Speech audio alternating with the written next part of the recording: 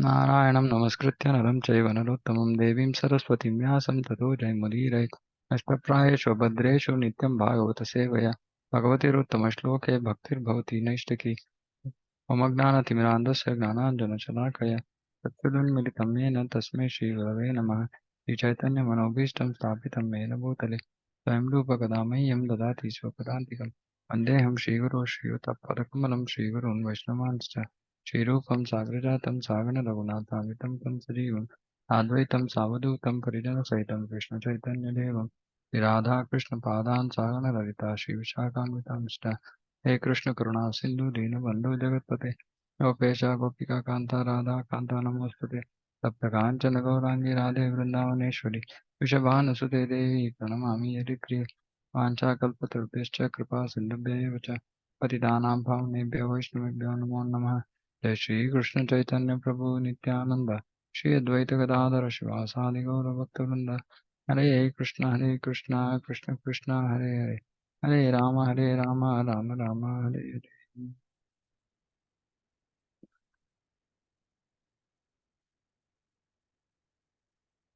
हरे Krishna okay श्रुतुवाच आनर्थान् स उपव्रज्य स्मृद्धान् जनपदान् स्वकान् दद्मौ दरवरं तेषां विषादं शमयन्निव. Suta Goswami said, upon reaching the border of his most prosperous metropolis, known as the country of Anarthas, Dwaraka, the Lord sounded his auspicious conch, heralding his arrival and apparently pacifying the dejection of the inhabitants. So Prabhupada is saying here, when the Lord descends to the earth, his eternal associates also come with him, just as the entourage of a king accompanies him. Such associates of the Lord are eternally liberated souls, and they cannot bear the separation of the Lord even for a moment, because of intense affection for the Lord. Thus, the inhabitants of the city of Dwarka were in a mood of dejection and expected the arrival of the Lord at any moment. They were still more aspirant to see the Lord amongst themselves, and all of them became alert to receive him in the befitting manner. These are the signs of spontaneous love of Godhead. What is the spontaneous love of Godhead? Technically, what is it called? Anybody is aware? So there are two raga, yeah, raganuga bhakti. So there's Vaidhi bhakti, which is as per Vidhi regulative principles, wherein there is no spontaneity. Spontaneous love of Godhead is raganuga bhakti. These are signs of raganuga bhakti. Actually, these are signs of ragatmika. Um, Actually, okay, ragatmika is specifically used in conjunction with. Oh no, actually, there's sambandha. There are two types of ragatmikas. Now, is a technique called ragatmika because Dwaraka, the love of devotees. Uh, just one second, just clarify this.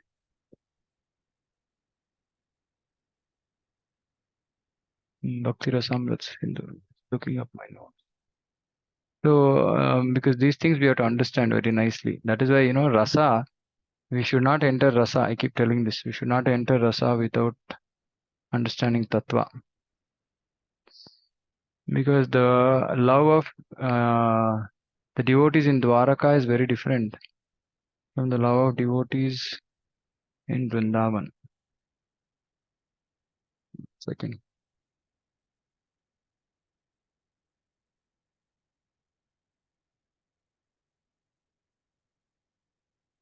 Yeah, correct. By impulse, by other relationships. Purvaraga.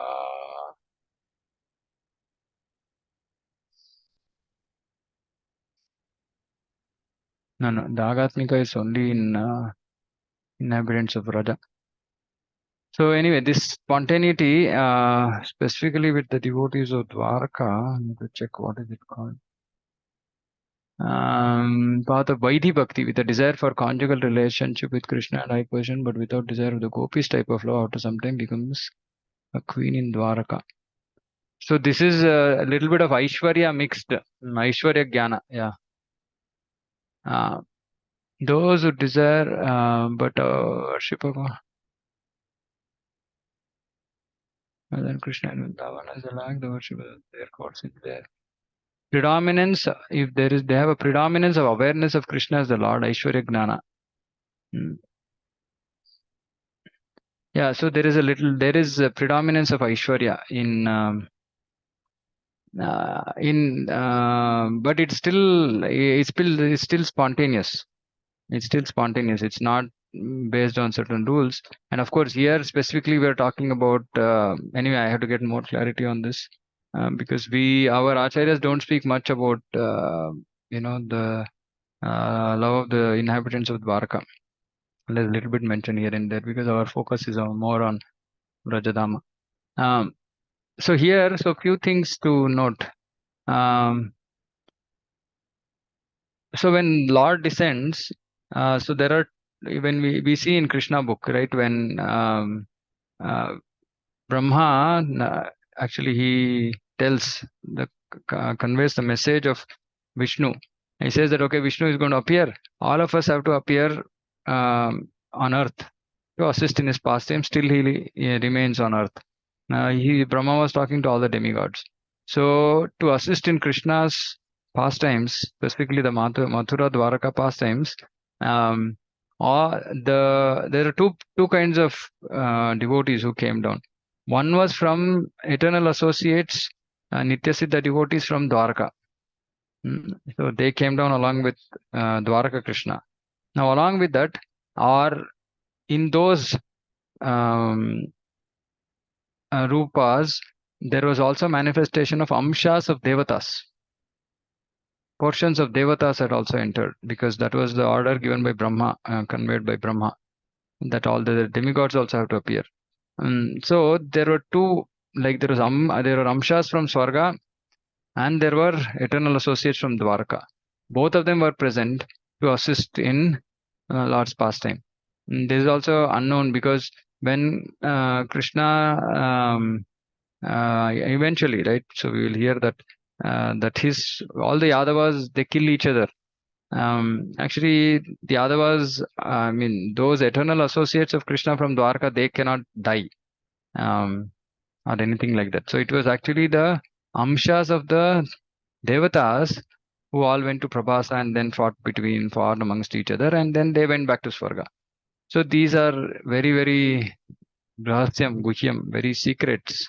These secrets are not generally known to people, but because we are very fortunate that we are hearing from Prabhupada and other great previous predecessor acharyas, now we are privy to all these secrets, right? So here the important part is that they couldn't bear separation of the Lord even for a moment, because of intense affection for the Lord. So this is what we have to develop. We have to develop intense affection for Krishna. And the way to develop intense affection for Krishna is, what is the way to develop intense affection for Krishna?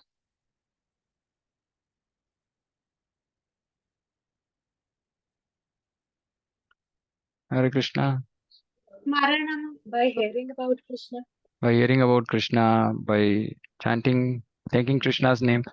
Actually, serving. But more importantly, Shravanam Kirtanam. Right? Because the mood to serve will only come when we do Shravanam. The mood to chant will also come when we do Shravanam. And that is why. Lectures. Yeah. Yeah, Preeti Mataji, you wanted to say something? And here Prabhupada's lectures. Yeah. So when we do Shravanam, actually my Guru Maharaj says that many people just do chanting and they don't do hearing. So he says actually if you don't do hearing, your chanting is incomplete. Not just hearing the Nama, but hearing about Krishna, hearing from scriptures. Because otherwise we will not even know what is the nama, right? We will not understand any significance and we'll simply be blindly chanting. Blind chanting, chanting with knowledge is better than blind chanting. So generally, Shravanam is considered very, very important for us. And then Kirtanam, when we are, taking the names of the Lord, when we are glorifying the qualities of the Lord, beauty of the Lord. Anyway, when we talk about beauty of the Lord, it's just unimaginable. It's just unimaginable.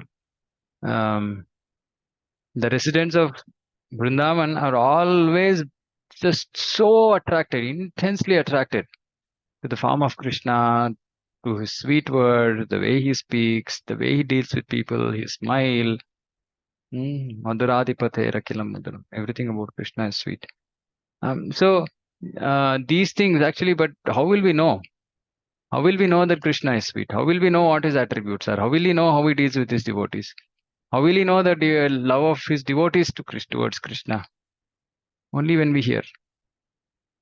All these, Rukmini, how did she decide to marry Krishna? Simply by hearing about him. So without Shravanam, we cannot develop intense affection. We have to do Shravanam.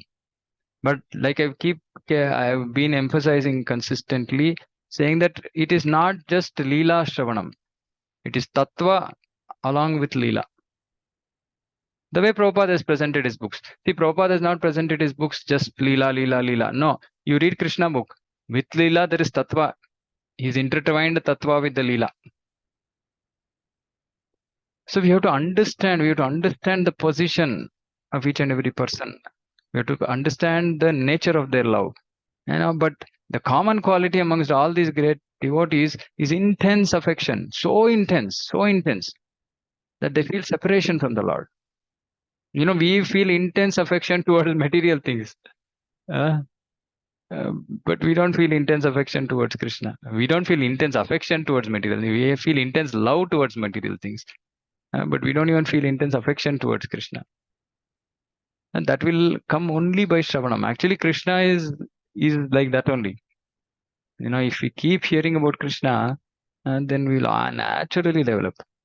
Of course, at a very high, advanced stage of hearing, we will actually get bewildered. We can't understand Krishna. Krishna can be understood up to a certain extent. Beyond that, Krishna's very intimate pastimes, we cannot understand. We'll get bewildered. We think, hey, what is this? Is this God? So, and that is why we should not enter into all these intimate pastimes. A lot of devotees, I know Krishna Janmashtami, Radhastami, flurry of, there'll be so much of Leela, Leela, Leela. Yesterday we were doing our Saturday program. Somebody, Krishna's arrangement, somebody had put one kind of backdrop with Krishna and the Sakhis, and Radharani was, like lying on the lap of Krishna or something like that, very intimate, pastime. And I was thinking, who will understand this? Who can understand this? They'll just look at this and say, oh, Krishna is just dancing, doing all kinds of things with other women. So, those intimate pastimes, anyway, we should not come to, because we will misunderstand Krishna and we will lose existing faith also on Krishna.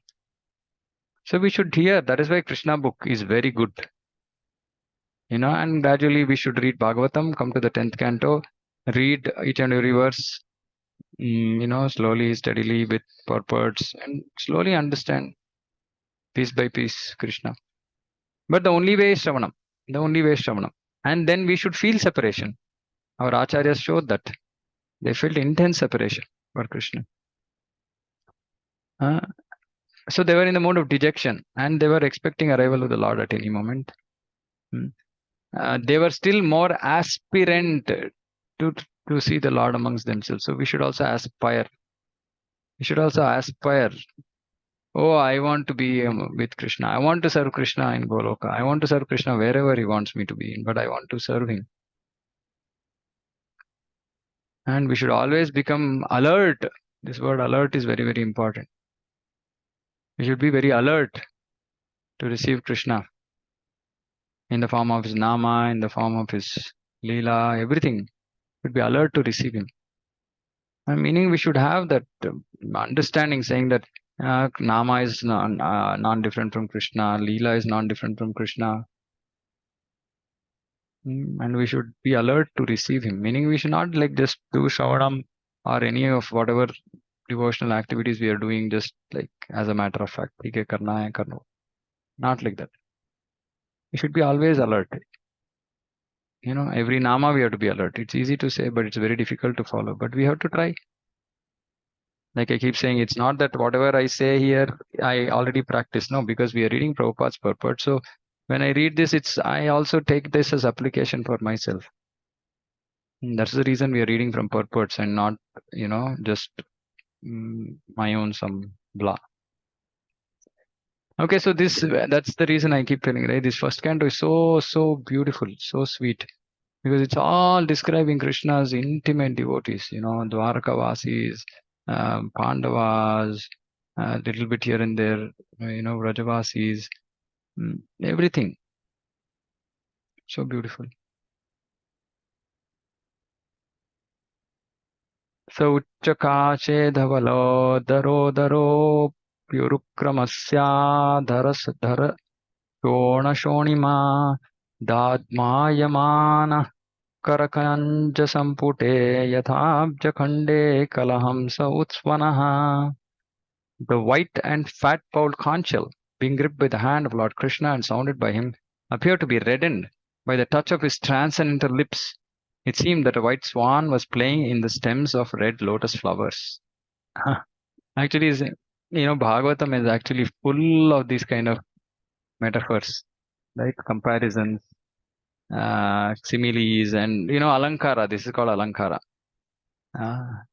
This is Alankara language. What is it called in English? Alankara. It's decoration. Something No, like not technically. Technically, what is Alankara in Sanskrit? Personification, Prabhu? No. ornament. That's like Metaphors. In English, you are asking. yeah. Now the whole concept of Alankara. In Sanskrit and Kannada, it's called Alankara only, but there's something metaphorical ornaments. Okay, metaphorical ornaments. Yeah, okay, ornaments actually correct. Preeti Mataji, you're right. Ornaments. There's ornaments, metaphor, similes, etc. So ornaments. So it's all because actually why are these devotees using these kind of comparisons? Because otherwise we can't understand. We can't. Krishna's beauty is just beyond our understanding. Everything about Krishna is beyond our understanding. But how do we explain? It is explained in comparison by taking things that are known to us, right? Objects that are known to us. And generally, everything Krishna is generally compared to lotus. Hmm. Everything about Krishna is compared to lotus. So that is the nearest. That is the nearest. There's one more description about Krishna's body. I think I told this before. That it is actually it's like soft butter. Krishna's body is like soft butter. Can you imagine? I mean, how can somebody's body be like soft butter? Like meaning if you touch it is like spongy or very soft. We can't understand, right? We have to just say, oh, okay, it's like soft butter, and he kills Kamsa, and he comes and he fights with Mustika Chanura and all these people, and but his body is like soft butter. So yeah, so it's all a chintya. Basically, we have to understand. We can't understand. Actually, there's nothing like matter in spiritual enlightenment, and this spiritual enlightenment takes place at once by the contact of the Supreme Lord Sri Krishna. The Lord is present in every particle of all existence, and He can manifest His presence in anyone. Anyway, so I don't know what is the context Prabhupada is saying this, but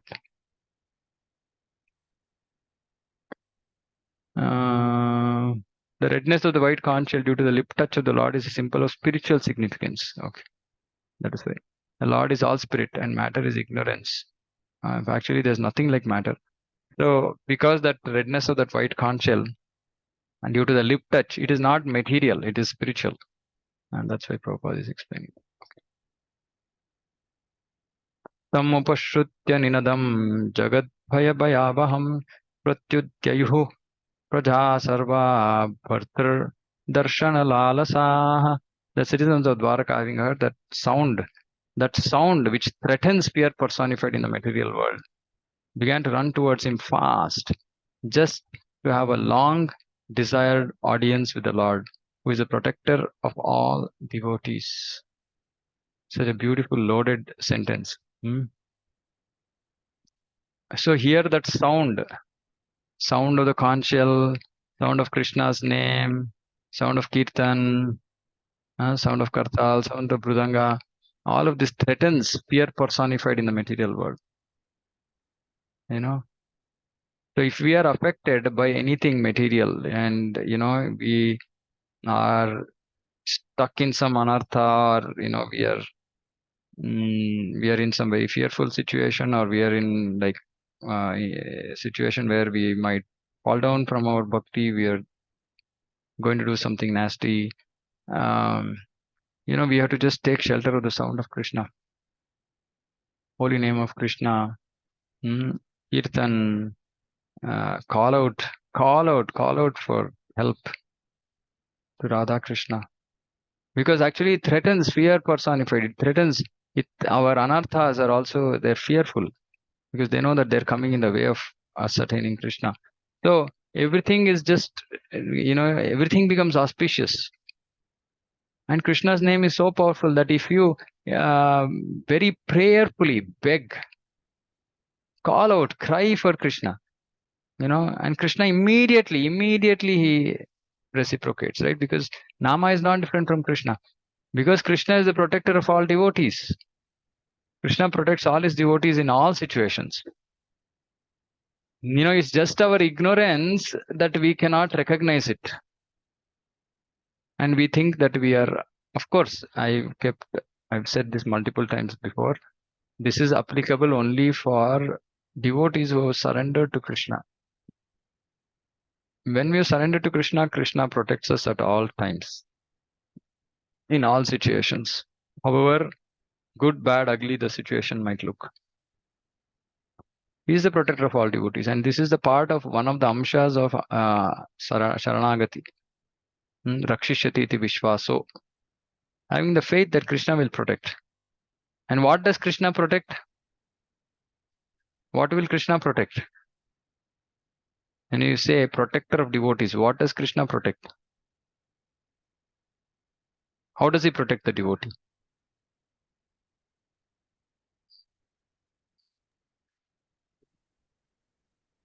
Our bhakti, like Okay, our our bhakti actually.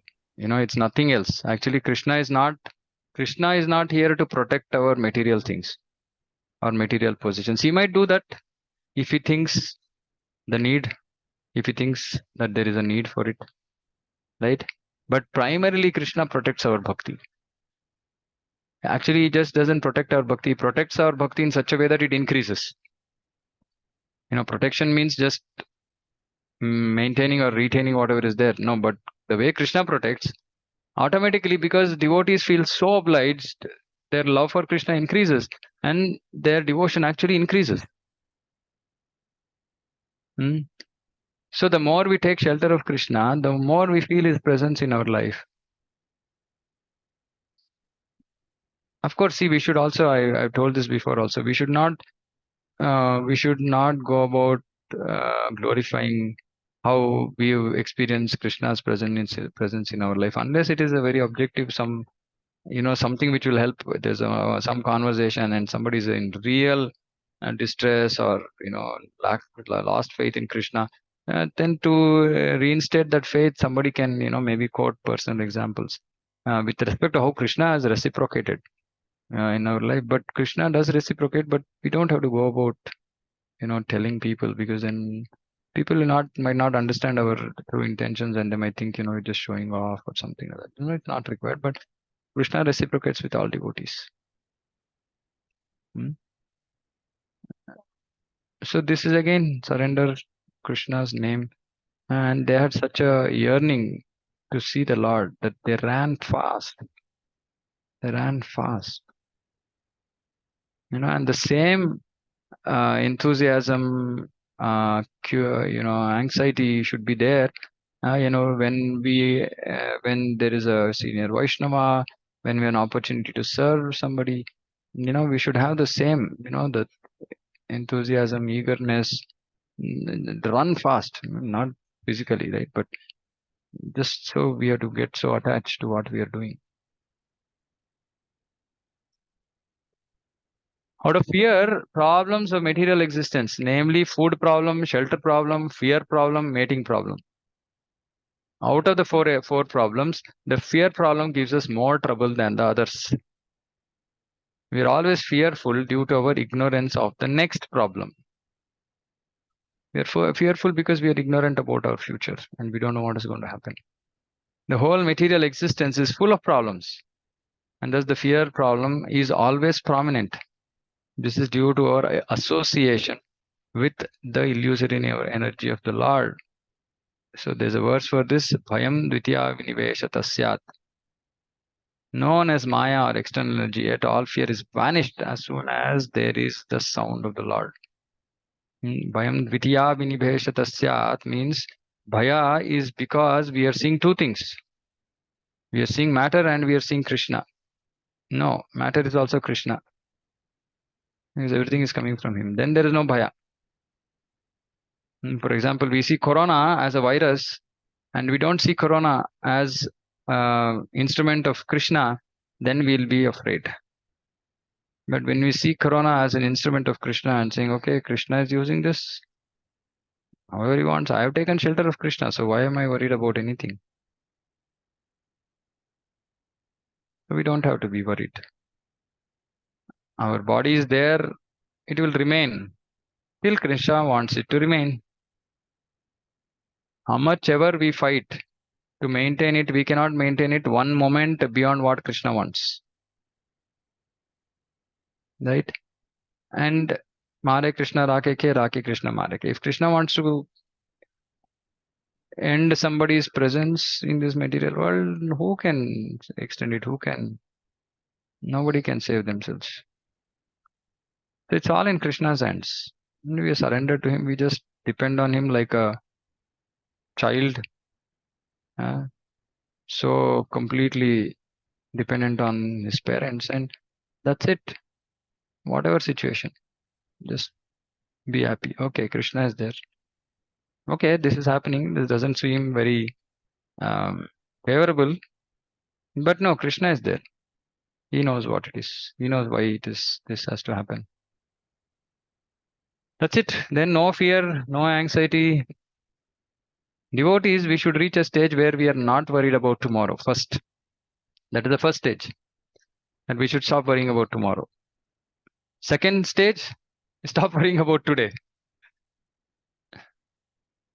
And simultaneously stop lamenting about the past. Na sochati na kangshati. This is the devotee's mood. That means eventually he will just stop thinking about material life. Whether it was yesterday, today, or tomorrow, he just stops thinking about it. It doesn't mean that we stop, of course, if you're so exalted that we are not worried, okay, where am I going to get my food from? And I'm not working, I'm no means, and I'm still so surrendered that I can just say, okay, I'll just wait. Whatever Krishna gives, I'll take. Exalted. We should not copy. We should not imitate. If you're really in that mood and Krishna doesn't give food for 3 days, we should not go crazy, right? If you're at that stage, we can do that. Otherwise, yeah, we have to do basic keeping body and soul together business we have to do, right? But no anxiety, no fear, no worry, no shochati, no lamenting for the past. Nothing, no association with material, That can happen only if you have intense absorption in Krishna. Yesterday I was telling in Bhagavad Gita class, Again, I'm repeating because many of you were not there, or at least some of you were not there. While chanting, we get three kinds of thoughts. The first kind of thought is about our material life. It could be our body, our mind, our situation, our responsibilities, some anxieties, something mostly connected with material life. For most people, I know that there are devotees who do very nice chanting, very fortunate souls. But for most people, till they are in Grihastha ashrama, or till they make substantial progress in bhakti, the thoughts that come during their chanting is simply of this category, material. Of course, when we first come to Krishna consciousness, the first 2 years, it's, for lack of a better word, honeymoon period. Okay, like Krishna actually gives so much mercy to devotees. Devotees feel like they're on like cloud 9. I mean, they're just like chanting is going amazing. So much of. I mean, I went through. I know so many devotees who've gone through this. Like first 2 years was like amazing, amazing. It was simply like it was on. Like everything was just going perfect with respect to bhakti. And during that time, devotees don't worry about their material life. During this early stages of bhakti, then once we experience that little bit rasa of what bhakti is, and we are so enamored by it and saying, no, I want this, I want this, I want this, then the real bhakti starts. And then Krishna pulls back that little mercy he has given us. That was Jalak. That was a trailer to show this is the end state. Then he pulls it back.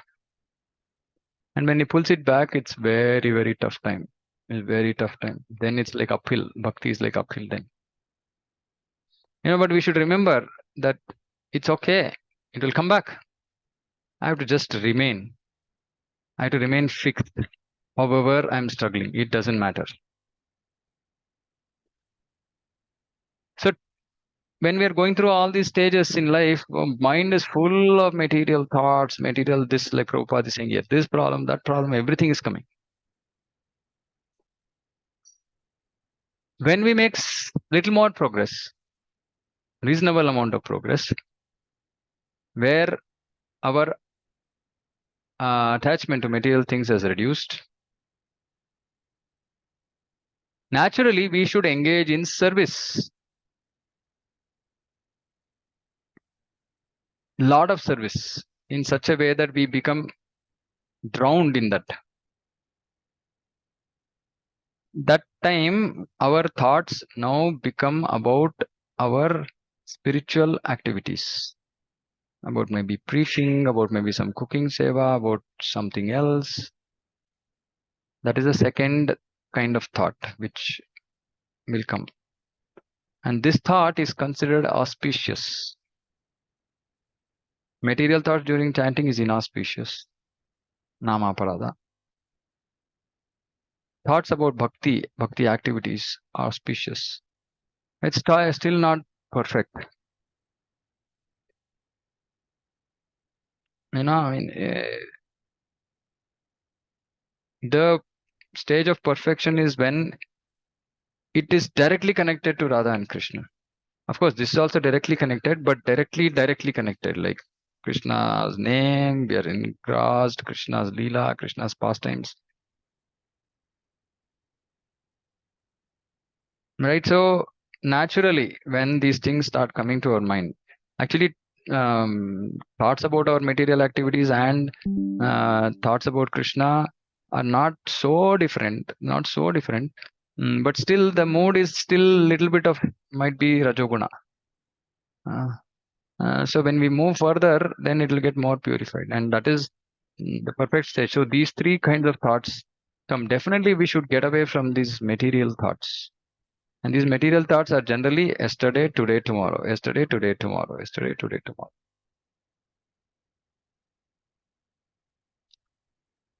So no fear, no anxiety, no lamentation. This is the stage we have to reach. And this is Brahma Bhuta. This Brahmabhuta stage. Brahmabhuta Prasanna Atma. And Atma becomes Prasanna. Happy. Bliss. Nothing of the material world can affect us. That stage we have to reach first. And all this happens through the process of bhakti. No external endeavor, no extra endeavor, nothing required. But we have to reach that stage. But like I told, I don't know whether I told in last week or during Bhagavad Gita class, but we hold on to our illusion. This is our biggest problem. We hold on to our illusion.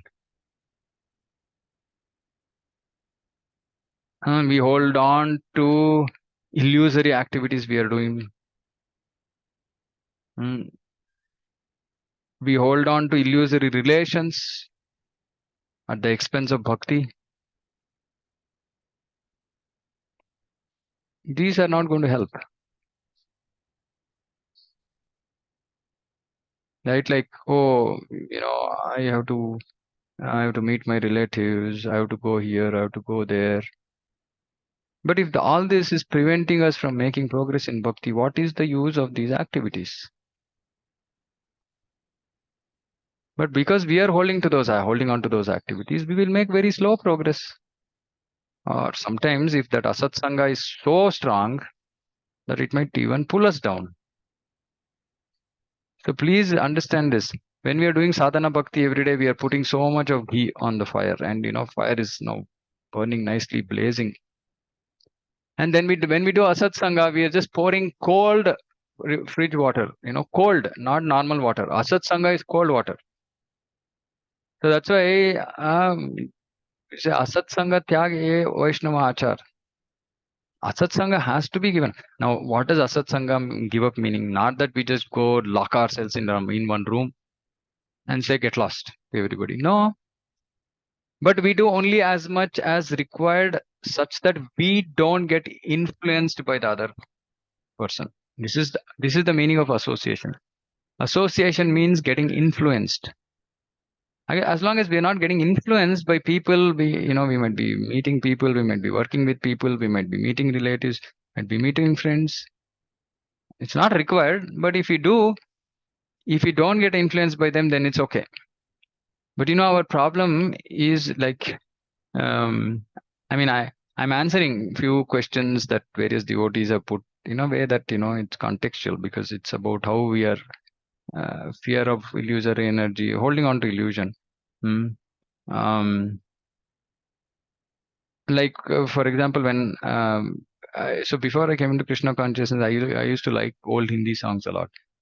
And then after I came into Krishna consciousness, then I realized no, this is not good. This gungunana is not good. Like keep singing some song, because it's just illusory and it's just taking me away from Krishna consciousness. Then I used to face situations wherein suddenly from somewhere, suddenly somebody starts playing some Hindi song. And I'm like, oh my God. And then immediate reaction is I start singing along. And, then subsequently, like, oh, no. What do I do at that time? Close my ears, run away from that place. You have to do something. But if we let ourselves sing, then in ek baar, theek hai, today I will sing along. It just happened by chance. I don't know it's going to happen again. This is holding on to illusion. Then that's it. Whole day we will be singing that song. Maybe next day also Hare Krishna Mahamantra will not be there. That song will be going on. So we should not hold on. We should really protect ourselves, from all this contamination influence. So we should not be too much worried about this association of non-devotees, be it relatives, friends, colleagues. Okay, as much as required. Okay, we have a office party we have to attend. Okay, I used to do this. Because I heading a department, so I had to do these nonsense things. Right, organize, like sponsor parties, etc., etc. And then people used to say, what about you? Will you come? And say, yeah, I'll come. So I used to go, then be around for 10 minutes. Anyway, then people will be drunk. Nobody knows who is where. And then just come out. That's all. And then they'll ask, where were you? Say, yeah, I was in some corner. It's just, we don't do it more than required. Right? Whatever is more, we only know. For somebody, 5 minutes might be more. For somebody, 1 minute might be more. For somebody, 1 hour also is not more. That just depends how deep we are in our bhakti. But in general, asat sangha has to be given up. Otherwise, we will hold on to our illusions. And if you hold on to our illusions, we cannot hold on to Krishna. Either we can hold on to Krishna or we can hold on to Maya. If you're holding on to Maya, we cannot hold on to Krishna. We have to leave one to hold the other. So very important.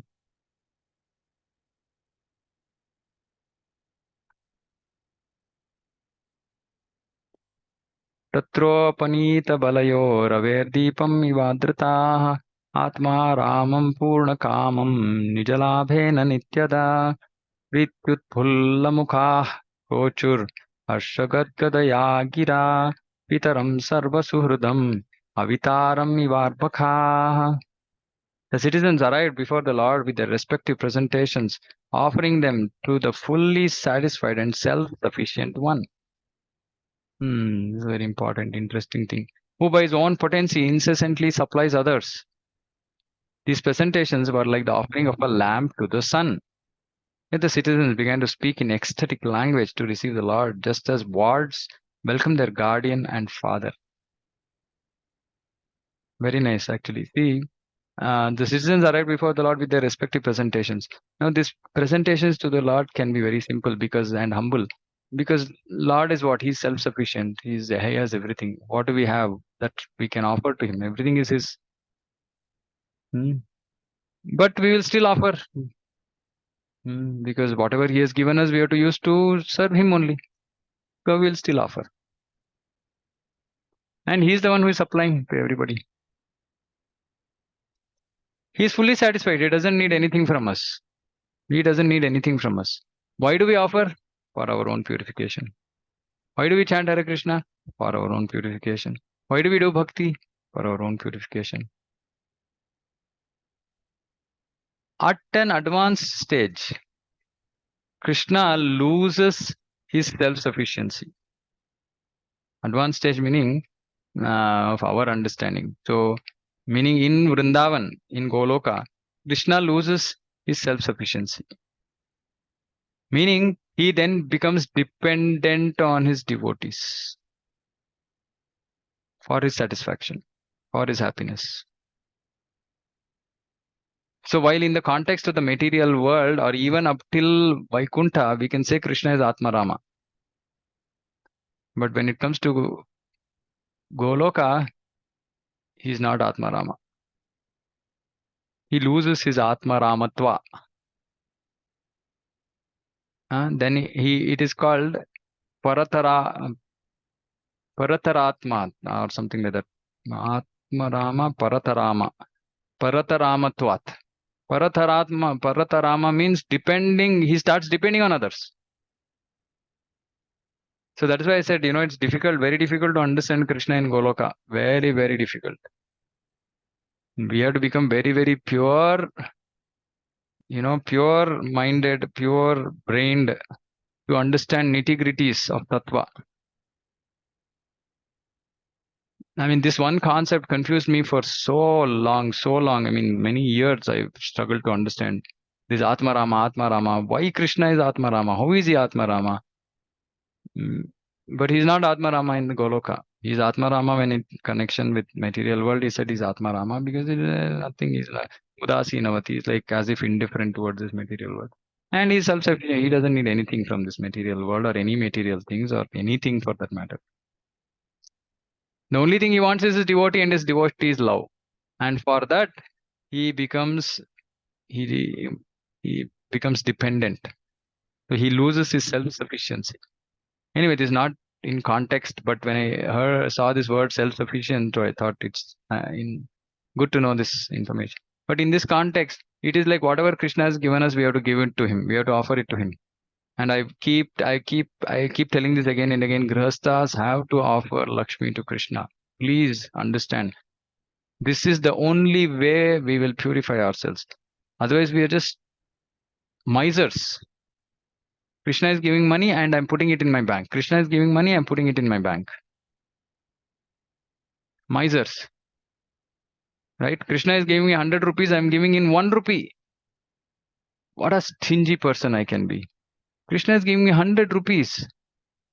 My expenses will not be more than 50 rupees. I'm putting 50 rupees for, or I'm using that 50 rupees for my some desire that I couldn't fulfill otherwise, right? I took a loan and then I'm paying that 50 rupees towards that loan. And then I say, Prabhu, I don't have any savings at all. Or, I have just 10 rupees savings. It's okay. Okay. If you have only 10 rupees savings, TK, start with 1 rupee. But if you have more, then give more. Because everybody has to offer presentations. See, we see whole of Bhagavatam. Whenever devotees come, demigods come, they offer something. Always they offer something or the other to the Lord. What can they offer? What can we offer? But we still have to offer.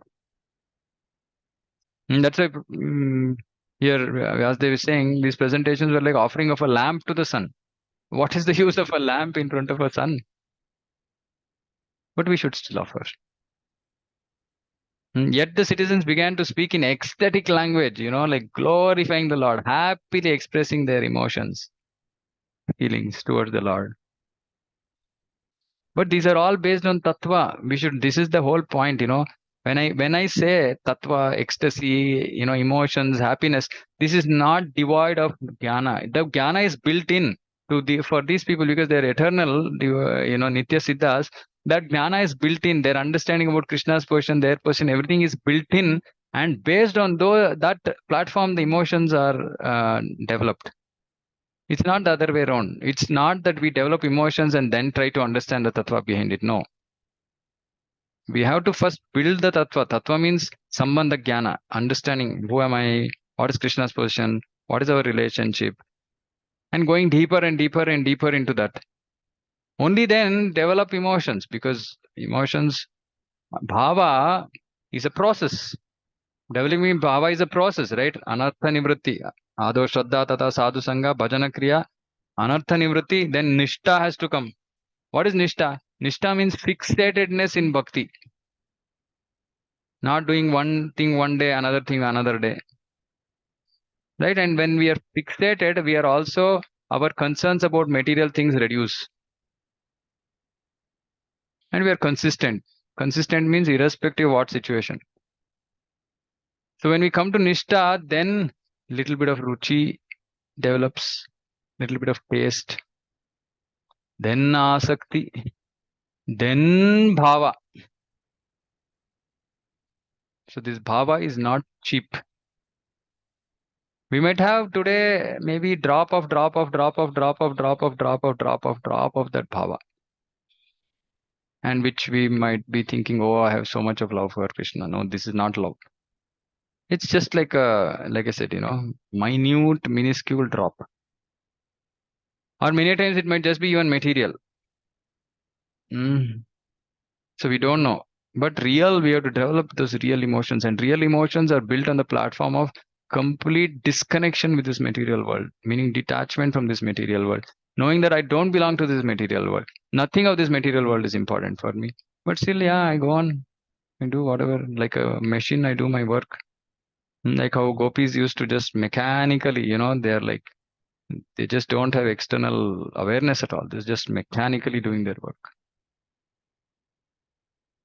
Then that way, and Bhava, Bhakti Rasamrita Sindhu speaks about the qualities of Bhava. Beautiful qualities of Bhava. Anyway, we will discuss those things slowly. But point I'm making is just ecstasy or feelings. We should not classify ourselves as advanced. It's okay. It's good to have those feelings. It's very favorable for Krishna consciousness. But it should drive us to just be more fixed in tattva. And so there are two things, right? There is rasa and there is rasa tattva. So first there is Bhagavat tattva, then there is rasa tattva, and then there is rasa. This is the process. First we have to understand Bhagavat tattva. Bhagavat tattva means sambandha jnana, right? Who, what, everything, and understand Supreme Lord's position, understand this material world, this creation. That's why 9 cantos are there in Bhagavatam, for just understanding Bhagavat tattva. Then rasa tattva is not very deeply explained. Little bit of rasa is explained. But Acharya's commentaries explain the Rasa Tattva. And then there are other books for that, which we will come to after we have finished Bhagavatam at least once or twice. Then we will talk about this Rasa Tattva. Basically, Srila Rupa Goswami's works. Bhakti Rasamrita Sindhu is one, but we cannot understand the majority part of it. It requires more purification. Then we understand Rasa Tattva. Then we can actually understand Rasa. Actually understand means what? When something is being talked about, some devotee in Braja, we actually know what is happening here as per Tattva. Not just like carried away, oh, this is so nice. Yeah, it's so nice. And then we'll think, I also want to become like this devotee. Or we might even think, okay, I want to take his position or her position, which is offensive, right? I mean, we cannot take somebody think, I want to take Nanda Maharaj's position or Yashoda Mata's position. No, we can't take. So we have to know Tattva, we have to know Rasa Tattva. Then we come to the platform of Rasa.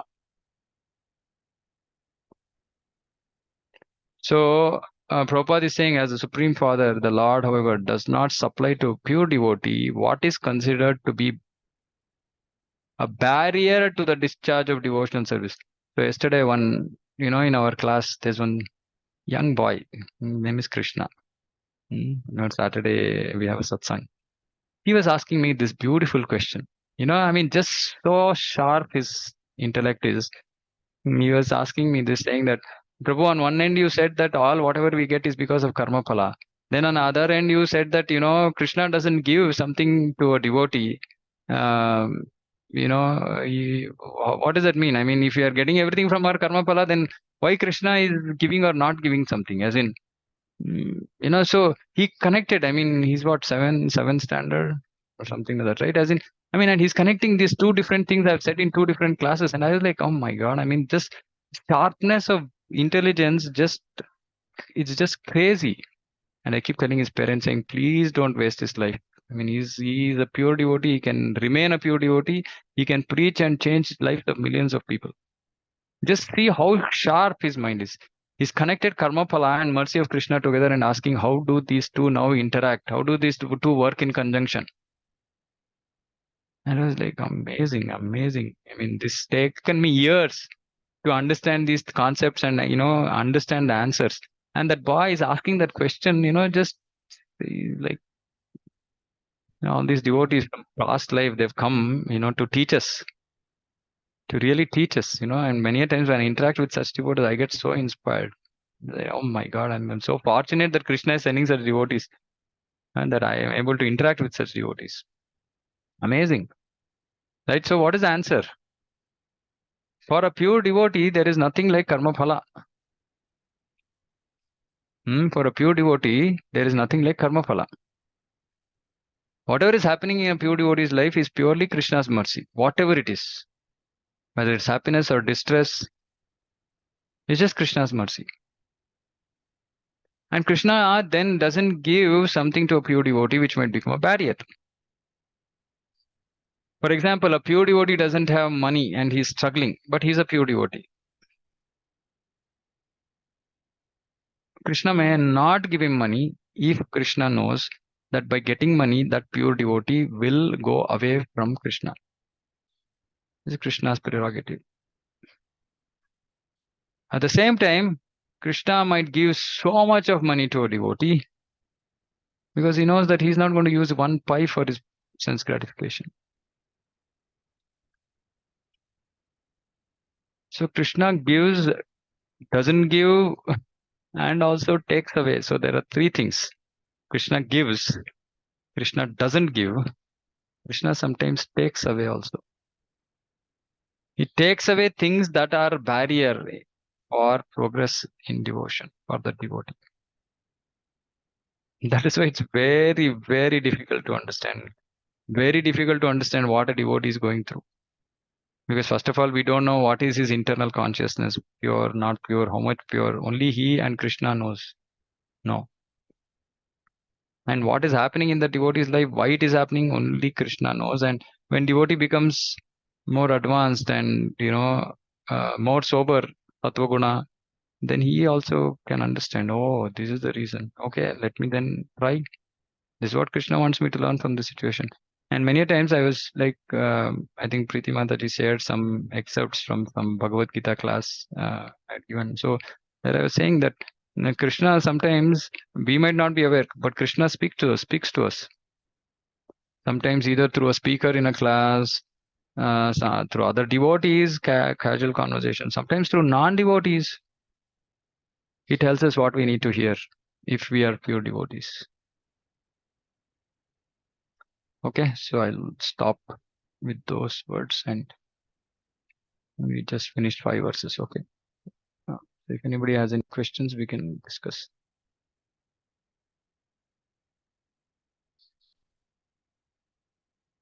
Hare Krishna, Prabhu. Hare Krishna. Prabhu, you told that Krishna have about Atma Rama, Prabhu. So in Goloka. So is it for the pleasure of devotees who will be serving Krishna, because so, or what is it, Prabhu? You should ask Krishna only. You should ask Krishna only. See, this is one question which is so difficult to answer. Krishna does everything for devotees' pleasure, but devotees exist for Krishna's pleasure. So it's like it's not understandable where it starts. So I have not still got a very clear answer to this. Especially when we try to understand Madhurya Rasa, it's very difficult. So I'm thinking it's both at this point of time, but I don't know, frankly. Very, very good question.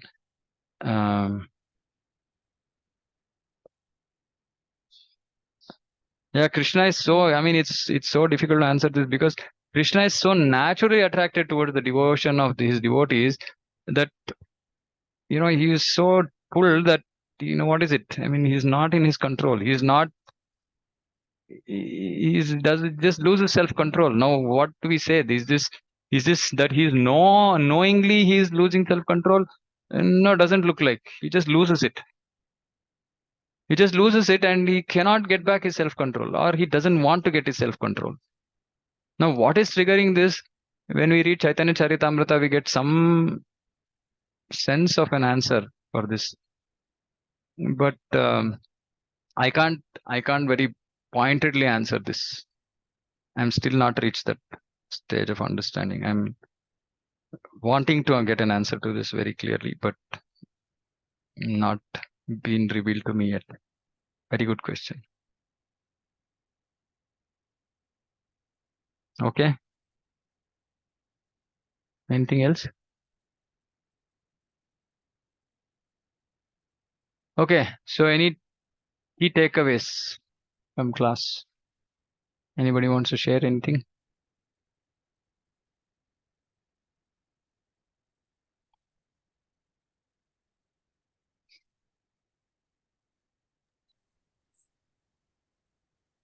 Hare So Krishna, there are Prabhuji. Thank you Yeah. so much for the class. It's so beautifully you explained. Krishna, he through any devotee, non-devotee, devotee, he gives the answer somehow. So association, of course, we have to let go. We have to not lock the, like you said, not lock the door, sit in the room, and then you'd be like, no. But you should not, if that is influencing you, if even if Yeah. there's so many devotees, it will not influence them. So they will not, it doesn't affect them any. So but our consciousness, it makes us sometimes associating with such devotees. You just listen to some songs that you like or something, and then you hear that the whole day you'll be listening to that only. So it's better, we have to avoid it. And Krishna so beautifully said that Krishna depends on his devotees. Krishna in Golok Vrindavan, it's very hard to understand that. So Krishna doesn't need anybody, doesn't need to depend on anybody, but the love of the gopi, the love of the devotees that Krishna gets, so he loses control, and but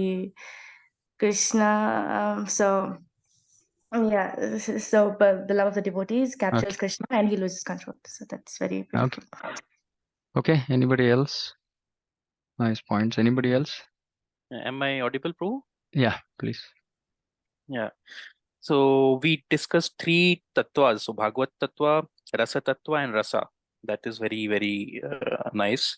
Mhm. And then the second thing is that uh, as you were discussing towards the end, that we should be coming to a standard where we get these realizations that why God does certain things, like why he takes away things, why he doesn't give things, and sometimes deny.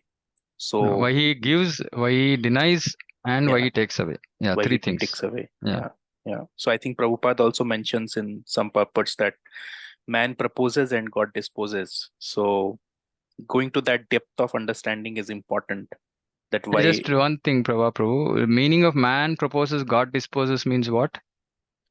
I was unclear about that for many years. Till like 6 months back, I got some clarity about that. When I was doing translation of this into Kannada, I actually then understood what this disposes means. Mhm. What is the general understanding? Man proposes, God disposes. So like man might be doing or proposing something whimsically, but God does it by uh, like whatever is actual dharma, and also whatever is good for the devotee. So he might reject something, he might also accept something. That is my understanding. But Okay. yeah, I think it will be good if you can elaborate a Okay, bit so there. I'm just looking up the dictionary meaning. Disposes. In giving or selling to someone else. Incline someone towards a particular activity or mode. So the waste is disposed. That is one. Mm. The other is incline or make or give.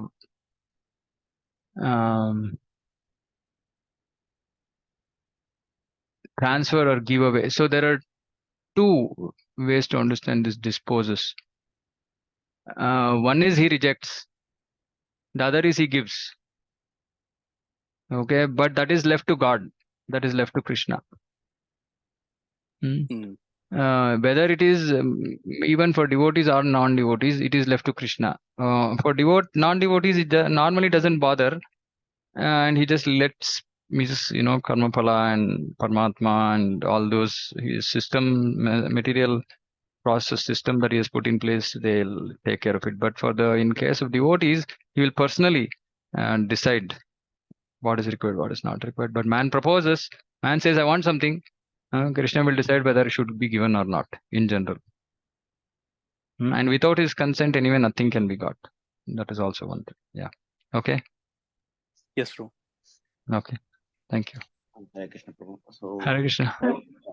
thoughts, kinds of thoughts during chanting. So first is about material life. Second is important thoughts about services. Even though it is not like perfect, but it is auspicious. Yeah, and there's a thin borderline. I mean that um, when there are no services, we should not try to Okay. just put our mind on some service. Prabhupada said, during Janmashtami or some festivals, it's natural that mind cannot concentrate on the chanting because mind will keep thinking about material, about activities to be done, etc.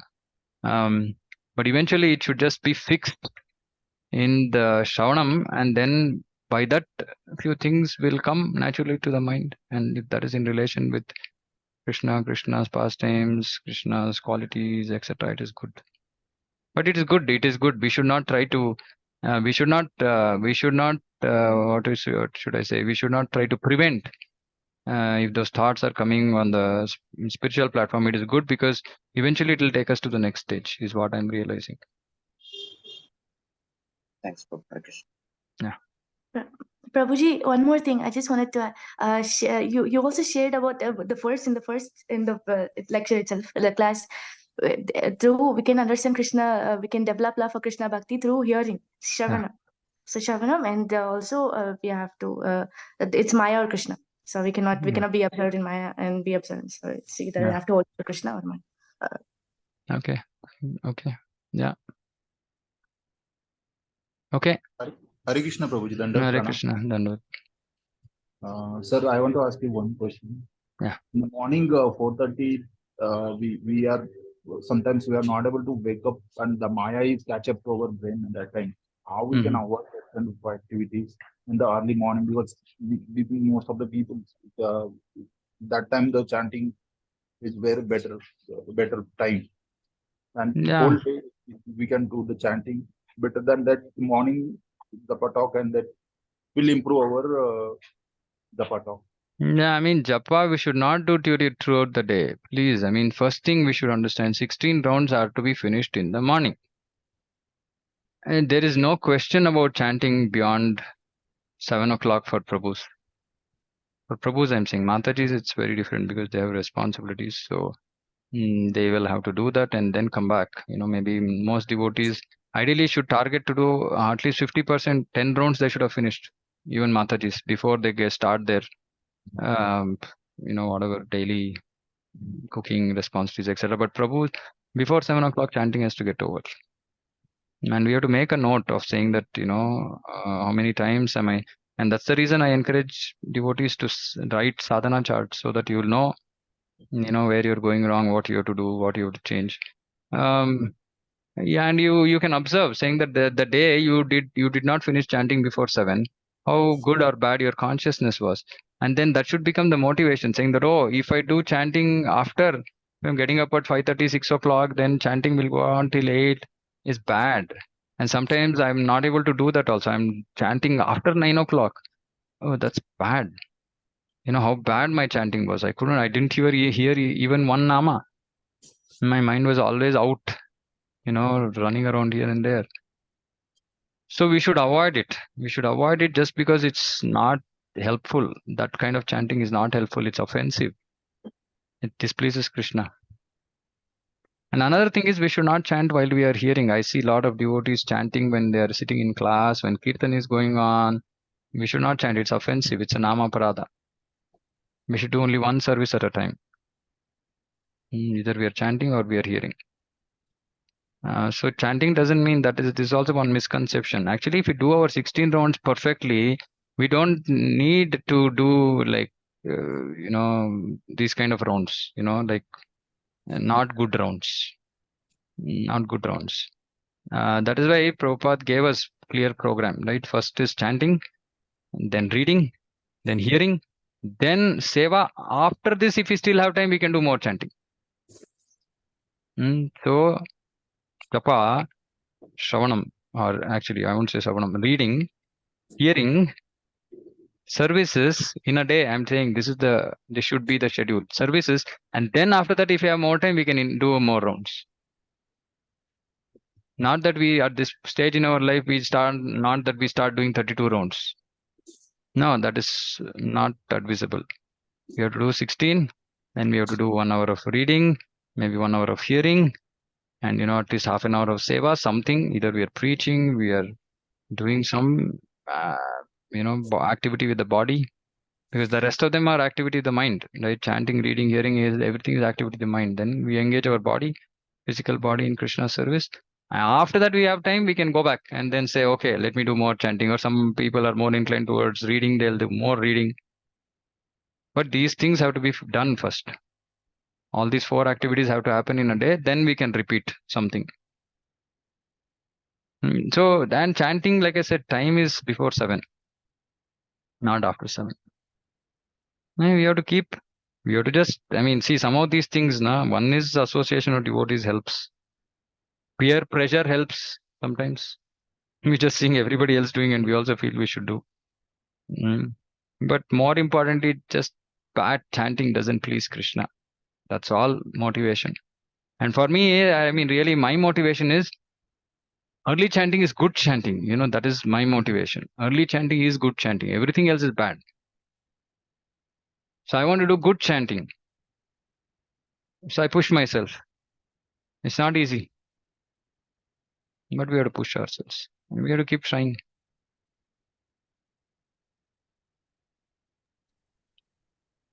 Prabhuji, thank you. But I wanted to ask if it is an offense to hear to kirtan while chanting. Yeah, absolutely. Absolutely. It's not an offense, it's an aparada. As in, offense means it can be anything. Technically, it's a nama aparada. See, we can chant while we are hearing Prabhupada's chant. Prabhupada chanting, along with Prabhupada chanting, we can chant. Because that is chanting. He's chanting along with us. It's like he's sitting and chanting. But not Kirtan. Kirtan is like, ooh, raga and this, that, and all that. And then there's Bridanga, there's music. Then we will go into that music. Where is Nama? Nama is gone. Oh, So either we can chant with other devotees, or if we have to chant alone, we can chant with Prabhupada. I did that for many years. I chanted with Prabhupada chanting. It's so amazing. It's so amazing. Hare Krishna, Krishna, Krishna, Hare Hare. Hare Ram, Ram, Ram, Hare Hare. This is Prabhupada. And when that sound, even today when I hear that, I just get goosebumps. It's so deep. I mean, it just penetrates. It just penetrates our heart. So you can chant, absolutely you can chant, but Prabhupada chanting also has different speeds. So based on your speed, devotees have done all kinds of stuff. So and they modified some of the chanting to make it fast, low, medium, etc. So you can get the chanting and then you can chant along with that.